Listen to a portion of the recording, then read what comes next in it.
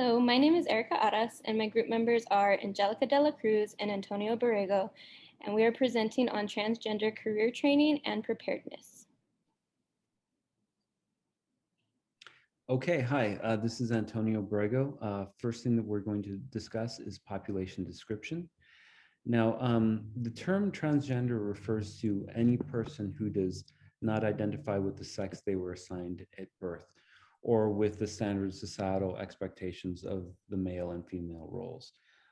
Instead, their true gender, their gender identity, is that which they identify with internally. This is displayed in their gender expression, in the way that they choose to appear, in the societal role that they embrace, and the behavior that they choose to exhibit. For instance, if someone who was born with male genitalia and they do not identify with that identity, and let's say that they choose to, not that they choose to, but they identify with being a woman, then they would be a trans woman. So that's just basically an example of what all that means. Now, according to a survey done in 2017, 0.6% of the US population, or roughly 1.4 million people between the ages of 25 and 64, identify as transgender. In Texas, these statistics are nearly identical, with a population of 15,700, which translates roughly to 0.66% of the population. Unfortunately, it's still too difficult to get more specific numbers, specifically here in El Paso. And the reason why is because many transgender people are afraid to admit that they are transgender out of fear of discrimination or family pressures, unfortunately. Still, based on the numbers we know, when we compare this population to Super's rainbow, Super's development theory, actually, which is, we find that approximates to what is known as the establishment age. In that age, that basically it's the period in an adult's life that occurs between the ages of 25 and 44, when they're setting out to stabilize and consolidate and advance their careers. So if you could, next slide, please, Erica. Okay, so now we're to career-related issues. Unfortunately, being a trans person can draw attention, which can also lead to discrimination, specifically in the workplace. Now, according to the National Center for Transgender Equality, more than 1 in 4 transgender people have lost a job due to bias, and more than 3/4 have experienced some form of workplace discrimination. This is really unfortunate. And the fact is, the truth is it could be even worse for transgender people who are barely joining the workforce and have yet been given an opportunity to prove themselves, just like what we were talking about with the establishment age for Super's development theory. In a Texas state report done in 2015, researchers found that 15% of respondents who have ever been employed reported losing a job in their lifetime. Now that's really unfortunate, because, and the reason why is because of their gender identity or expression. In fact, 27% of those who held or applied for a job during that year reported being fired. In fact, they even report being denied a promotion or not being hired for a job at all because of their gender identity or expression. These findings are reflected in the rate of unemployment for transgender people. One survey found that transgender people were twice as likely to be unemployed as the general public. Now that's pretty scary. Aside from unemployment though, transgender people have to worry about other issues as well. For one, they have to worry about workplace accommodations. According to a research article published by Nature Public Health Emergency Collection, when examining the workplace conditions of lawyers, and these are lawyers, these are respected professionals with a long history of education, these transgender individuals were least likely to receive accommodations. Apart from this though, There's also the unfortunate issue of workplace discrimination, which can be a significant factor for individuals brave enough to come out as transgender. An article published in 2013 examined the association between mental health and discrimination and found that transgender individuals were some of the most affected populations in the workplace. So that is the career-related issues. Now let's go ahead and next slide, please. Okay, so useful activities. Now, what we could do essentially as counselors to essentially make it easier for transgenders in our community is, first of all, we can create a job fair, okay? A job fair for the trans community. We can go and we can visit local businesses, bring them all together to go ahead and create an event to where transgender people could actually go to a place where they feel safe and they could actually bring their skills and talent to employers and businesses that are essentially looking to hire people.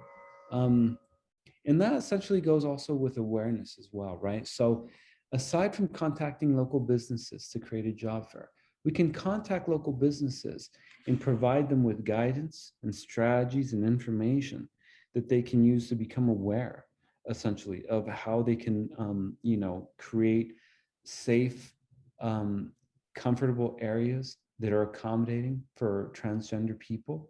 In fact, we actually have a video that we can actually play where we're going to go over some of the terms and the ways workplace can become safe for transgender people. So if you could, Erica, that'd be great if you could play that now. Thank you.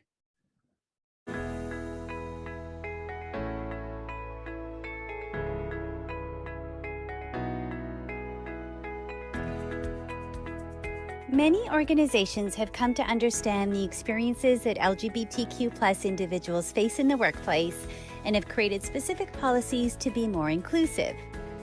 Though creating workplace policies are a great first step, it's important for these policies to be enacted appropriately by managers as well as employees to create safe and inclusive workplaces for transgender individuals. So what can companies and colleagues do to create this environment for transgender individuals, particularly as it pertains to gender and pronoun use? 1. Start by educating ourselves about the use of pronouns. In school, we were taught about the use of pronouns in a binary manner, he, she for individuals, and they, them for plural. But this language needs to be updated to include the use of they, them pronouns for individuals who identify as non-binary, genderqueer, gender fluid, or whoever chooses to use these pronouns. 2. Do not make assumptions about what pronouns a person uses. Know that just because someone presents a particular way does not mean they use the pronouns we assume they do. 3. If you're unsure of someone's pronouns, ask. Try one of these options. Hey, what are your pronouns? What pronouns do you use? I was just wondering how you'd like me to address you. I just want to make sure I'm using the correct language to refer to you. Note, we should avoid using language around preference. Pronouns are not a preference, they are a requirement.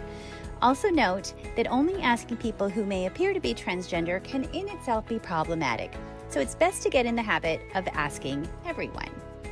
4. Start with yourself. An even easier way to start a conversation about pronouns in comparison to asking someone is to start with yourself, especially if you are cisgender. If you identify with the gender you were assigned at birth, i.e. assigned male at birth and continue to identify as a male and typically use he, him pronouns. We can do this by introducing ourselves with our names and pronouns, then give the other person the opportunity to do so as well. Doing this in a group setting where everyone states their name and pronouns, regardless of gender identity, can help to make the experience less tokenizing for trans people in the room. In the workplace, this can be done with icebreaker activities that include everyone introducing themselves with names and pronouns. Giving pronouns first, so it's not required for others to ask, is another good approach. In the workplace, pronouns can be added to profiles and other public spaces. For example, in email signatures, in profiles such as Slack or other company communication programs, on name tags, during events, etc. 5. Names are incredibly important. Not every trans person has legally changed their name, so it's important that they're able to use their chosen name at work and that name is respected. Not only should this name be used by their managers and colleagues, but they should be able to use this name in documentation like work emails and business cards. And 6, be aware of gendered language. Pronouns are not the only important aspects of gendered language. Some examples of regular use of gendered language include good morning, ladies, or you guys, and even using what we may think is more inclusive, like ladies and gentlemen, is important to be conscious of because it does not include anyone who falls outside of the binary. Here are some examples of more gender inclusive language. Instead of you guys, try you all, y'all, folks, friends, everyone, people. Instead of dude, man, and bro, well, how about we just ditch those? No replacement necessary. Instead of ladies and gentlemen, try everyone, folks, or nothing at all. Instead of men and women, try people, employees, or workers. And instead of sir and ma'am, try nothing at all.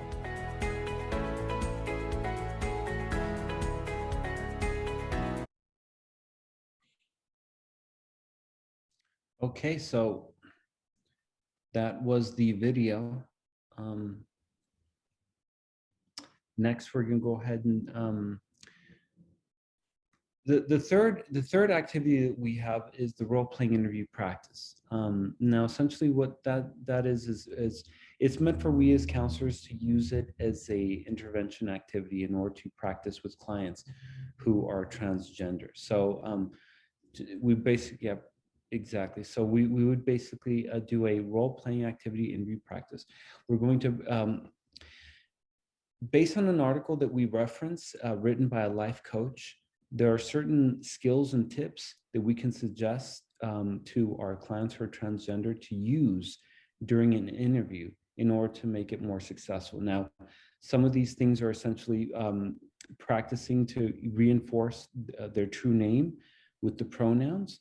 Also practicing to regain confidence during the interview if they ever hit a sort of a slump or a period in the interview where they might be a little shaken. They can also prepare professionally to correct misgendering. So in other words, sometimes when they're dealing in an interview, they're dealing with a person who essentially is not educated or aware of pronoun usage. So in case they do use the wrong pronoun, we can go ahead and teach them as counselors how to correct them, but in a more polite sort of way, and get the interview back on track. And also just to have them practice common interview questions. So essentially using all of this information that we compiled from this life coach, we want to go ahead and create an activity that we're going to go ahead and display for you right now. Essentially, we're going to go ahead and do 2 interviews. It's going to be myself and Angelica. We're going to role play an interview, and we're going to see 2 different examples. One, how essentially to do it without having the practice, and one, how it works out when we employ these tips and skills in practice. So, Angelica? Thank you for coming in today, Ms. Williams. I understand you're looking for employment. Actually, it's Mr. Williams. Oh, I'm sorry. I was just going by the name on your license. Well, if you had taken the time to read my application, you would know that I'm a transgender man. Oh, I'm sorry. It's really difficult to put myself in these situations. You don't know how it feels. You don't have to worry about being judged. You see, you come from a place of privilege. You don't have to worry about being discriminated against or dismissed. Oh, I understand, and I'm really sorry. Whatever. Let's just get this over with.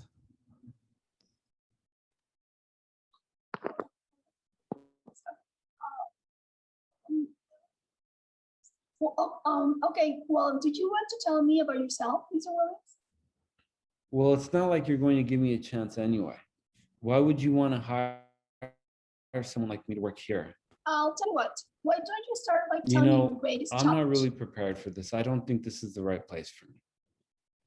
So essentially, that was an example of how giving giving an interview, essentially not employing the techniques taught by this life coach. So as you can see, number one, when the transgender man, when he essentially corrected the employer, he corrected him in a way that might not be polite.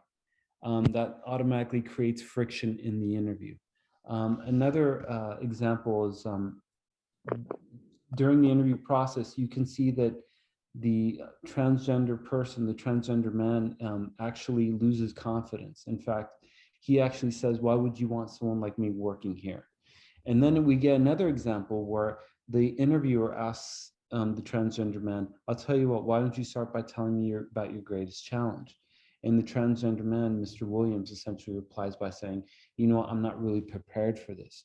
So essentially, that's an example of not preparing for a regular traditional question by an interviewer. So based on all of that, now we're going to go ahead and employ the tips and tricks that we learned from this life coach, and we're going to redo the interview, and we're going to see what the outcome is going to be there. So, Angelica, whenever you're ready. Thank you for coming in today. Ms. Williams, I understand you're looking for employment. Yes, I am, but actually it's Mr. Williams. Oh, I'm sorry. I was just going by the name on your license. It's fine. I haven't been able to afford to change the name of my license, but if you review my application resume, you'll see that it's Mr. Williams. Also, I go by Sir, if you don't mind. Of course. Again, I'm sorry about the mix-up. It's quite all right. Don't worry about it. I understand. But yes, to answer your question, I am looking for employment. Great. So tell me about yourself. Well, I am a 45-year-old transgender man who is looking for a position in your company. I like to run and work out, and whenever I can, I love spending time with my dogs. It's probably one of my most favorite things. Great. Tell me about your greatest challenge. Well, in my opinion, my greatest challenge has been accepting who I really am inside and having the courage to be myself. It's taught me a lot. For one, I've become more confident. And for two, I've learned how to be strong in times of doubt. These are things that I think will be beneficial to you and your company. Yes, I believe they will.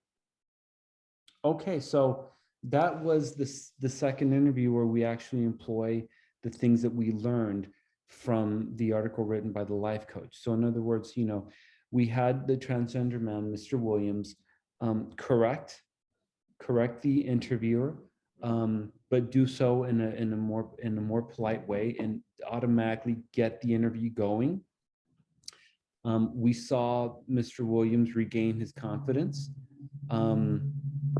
We also saw the fact that he had already practiced these traditional questions. When the interviewer asked Mr. Williams about telling him about his greatest challenge, you saw that right away he not only had the answer for it and explained it, but he geared it, transitioned it to where it would be beneficial and useful for the company. So in this case, in this result, by employing these things, we saw a much different outcome, something that was much more successful. So yeah, that's basically the activity demonstration, which we feel would be great for one of the useful activities. So with all that in mind, let's go ahead and move to the next slide. Okay, so now we're going to talk about some counselor resources. As counselors, we need to be aware of resources available to us in order to continue to improve our practice and best serve our clients. One resource is utilizing the Diversity and Resilience Institute of El Paso. They offer education and training opportunities to all professionals.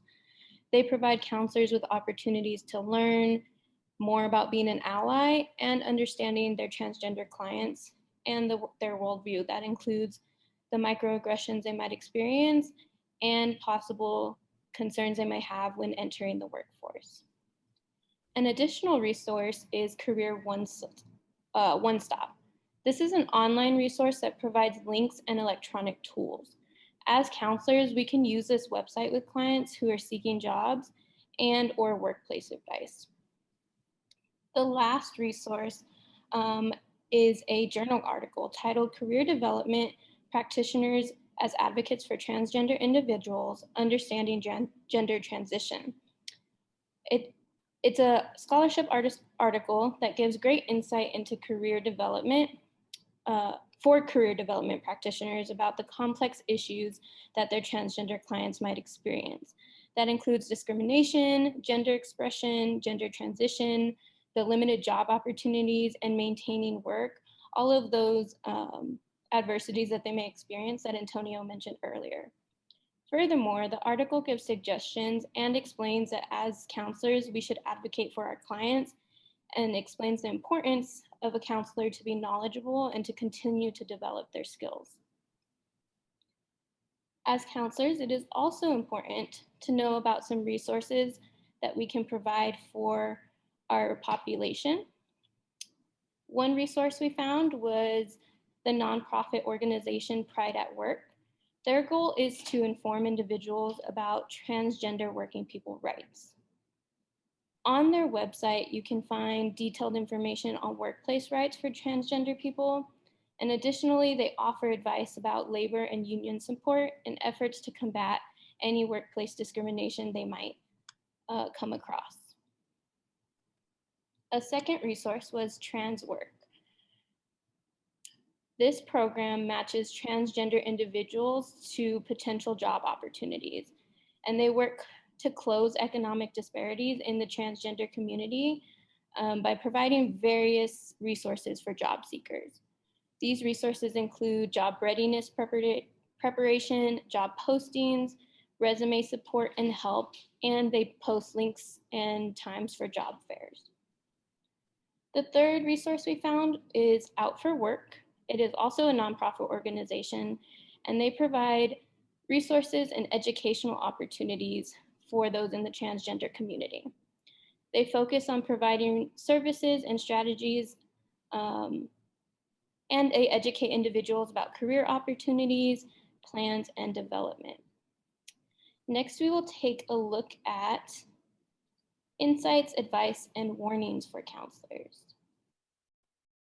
Okay, but the advice and warnings, counselors in the general public need to understand that there is a difference between gender identity and sexual orientation. It is very important for counselors also to understand how transgender and gender nonconforming clients identify. The gender nonconforming clients are those whose gender identity or expression are inconsistent with societal expectations. The World Professional Association for Transgender Health provides state-of-the-art guidelines for proper treatment of transgender adults and children. Treatment is integrative with other professionals and is most effective within family, school, work, and community context. It is crucial for counselors that counselors are aware of, control, and alter their own biases, fears, discomfort, gender normative assumptions, and lack of information about transgender persons. One of the ways to do this is to know that the person who is the transgender. This requires openness to learning about their experiences, listening with empathy to their life stories, and demonstrating respect.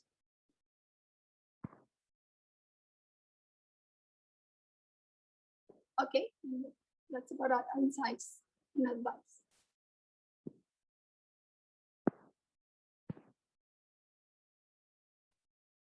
Okay, we have linked our resources here, and we just want to thank you for tuning into our presentation. If you have any questions, feel free to leave them in the discussion board, and we will get back to you with those answers. Okay, so that was our presentation.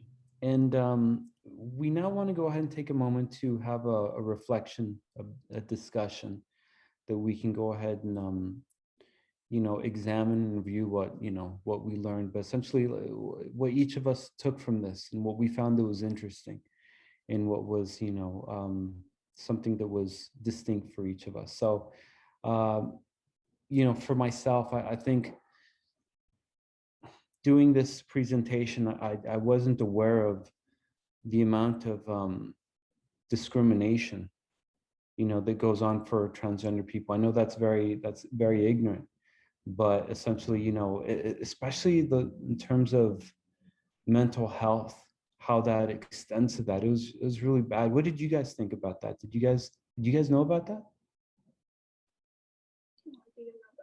So for me, I would say I had a little bit of understanding. I've had, some opportunities to work with pretty diverse staff, and I had a really close coworker that expressed a lot of the discrimination that he faced as a transgender individual. But I was just kind of taken back by the lack of resources that they have. I had a hard time finding resources for then, as a transgender person looking for resources, they weren't easy to find. And then finding resources for counselors, there was hardly anything that specialized in counseling transgender clients. It was incredible just in terms of numbers, in terms of statistics. You couldn't find statistics for El Paso. It's nowhere, and it's the closest I was, and even the statistics that we got for nationwide and also Texas, that still doesn't really cover everything. We still don't know what the real population is, because people are scared. People are scared to admit that, people are scared to come out.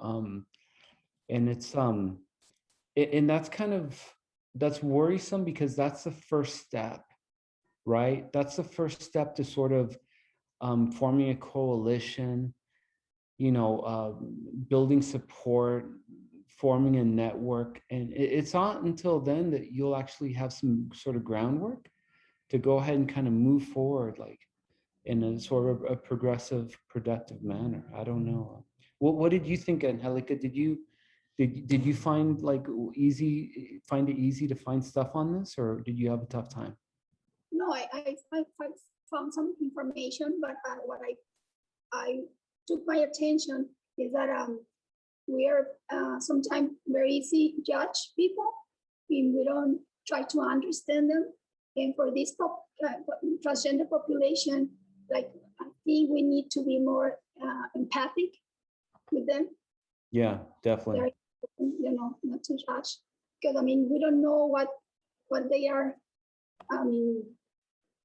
Right. thinking or feeling. There's they have this they sometimes experience dysphoria. And there's all those symptoms like anxiety, self-hatred. Yeah. So they going through a lot. Yeah. It's very important to be empathic. Yeah, about us being aware. Like in watching that video about pronouns, just thinking about my everyday language. And when I talk to my students, I say like, hey guys, and not even realizing how that can affect somebody. So just like, you're right, we have to just be more aware of our own microaggressions that we might be displaying. Sure. Yes, it's really automatically, because we're not aware of it. Yeah, for sure. And I do that all the time. I use those pronouns. I use guys even when I'm talking to girls. I use dude. I when I text Erica, I say dude. Or I've even said bro on occasion. But yeah, it's sort of like a completely. You really have to sort of take your time and learn how to practice it, because you could stumble. It's real easy, you know what I'm saying? But that it's in those moments where you still you don't know if it's how insulting is it, how badly the other person's going to take it. And I think, I don't know, I guess maybe as counselors, I think hopefully by the time we're counselors, we'll be able to sort of be so well versed in this, we won't have to experience that. But I guess it's just, essentially, how do you come back from making a mistake like that? Like how, like if you use the wrong pronoun, how do you come back from that? I mean, I read one example where it basically says that like in the interview, we bring up the issue of privilege, where the person, when they do make a mistake, they essentially have to admit to themselves, I'm sorry, I'm a cis male, and I am, I come from a place of privilege, and I'm sorry about that. I don't know, is that enough, do you think? I mean, what do you guys think about that? I think, and when you guys did your role playing activity, the Mhm. demonstration, Angelica did a really good job of like accepting the feedback and moving on. I think it's important to not dwell on it and just kind of, oh, let me correct myself. I'm going to do better the next time. I think that was a good approach. Yeah, yeah. Yeah, I think there's, it's going to be this learning process. But yeah, that's, but yeah, overall is extremely, go ahead. And that most of all is we need to be aware of the biases that we have. Yeah, because we're not even aware of it ourselves. When they do say privilege, yeah, it's true. We don't have to worry about stuff like that, and it's unfortunate. It's not fair. Um, but yeah. What else did you guys take away from this? Anything distinct that stayed with you? What do I you guess guys if I'm go ahead. summing up my learning experience in this project in a few words is, like Angelica said, to just be empathetic, to educate ourselves, and to be able to check our biases and work to make those changes. Sure. Sure. I was wondering like what sort of how we could advocate or create a campaign to reach out to these local businesses. Like how do we, when you go out there and you create a job fair, because for me, that would be the most exciting thing. You create a job fair for the trans community, you visit all these local businesses, because the thing is I think that would be the first step to bring them in, because if you go to a local community, because on our useful activities, remember how we had about teaching them awareness. We have to first like develop a relationship with these local businesses, right? Before we could actually like, hey, this is what you need to do. Let's give you a class. Like, I don't know, that would probably be like the biggest barrier, right? Like, how would you overcome a barrier like that? I don't know. And what do you think, Angelica? You think there'd be like, how would you, go to a local business and present an idea for a trans community job fair? Like how could you overcome that, I don't know, but I think it's gonna like here in El Paso, it's gonna be kind of hard because there's a lot of Mexican people that that culture Right. for Mexican is not like very very open mind for this type Like of culture, engagement. like culturally Yeah, there. Yeah, okay. I think it would be kind of hard, but not impossible, but kind of hard. Yeah, I think that would be like, that would be something that we would have to like develop. Like we'd have to be pretty clever about it. Like it would be a gradual, staged type of thing. I don't know. That would be something for someone much smarter than myself to accomplish. But I mean, it's very doable, and it's going to be a barrier. But I think that would be exciting. I think that'd be pretty fun. So yeah, this was I think this was really fun. I think this was really great. I learned a lot, and hopefully, yeah, hopefully this makes some changes. I'm excited as a counselor, the future counselor, to work with the transgender community. Any final thoughts, guys? No, just echoing what you said. I think it was a great learning experience. I learned a lot from it, and I'm excited to continue like in this advocacy work and Yeah. see where it can go. All right. Well, sounds good. Go ahead, Angelica. No, that's it. Yeah. Okay, learning, keep Okay. learning. Yeah, keep learning. That's the best we can do. That's the best we can do. Okay, well, we'd like to thank everyone for watching our presentation. Thank you. thank you so much on behalf of myself and Erica and Angelica. So thank you.